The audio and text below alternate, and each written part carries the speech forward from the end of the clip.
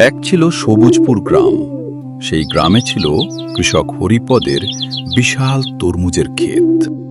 সবাই শুনে রাখো, আমি এই ক্ষেতের রাজা। রাজা হলে মুকুট কোথায়?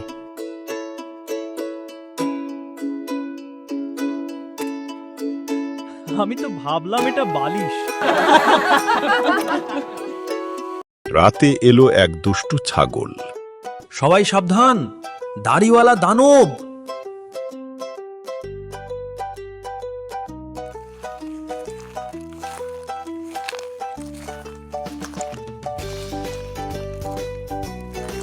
এ কি, তরমুজ কি ফুটবল খেলেছে নাকি?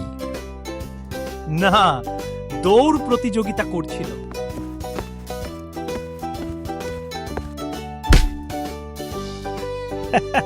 রাজার পেট ফেটে গেছে।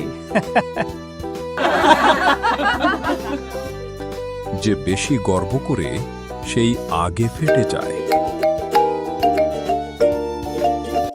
এমন আরও বাংলা কার্টুন স্টোরি দেখতে সাবস্ক্রাইব করো কার্টুন XYZ বাংলা চ্যানেলটি।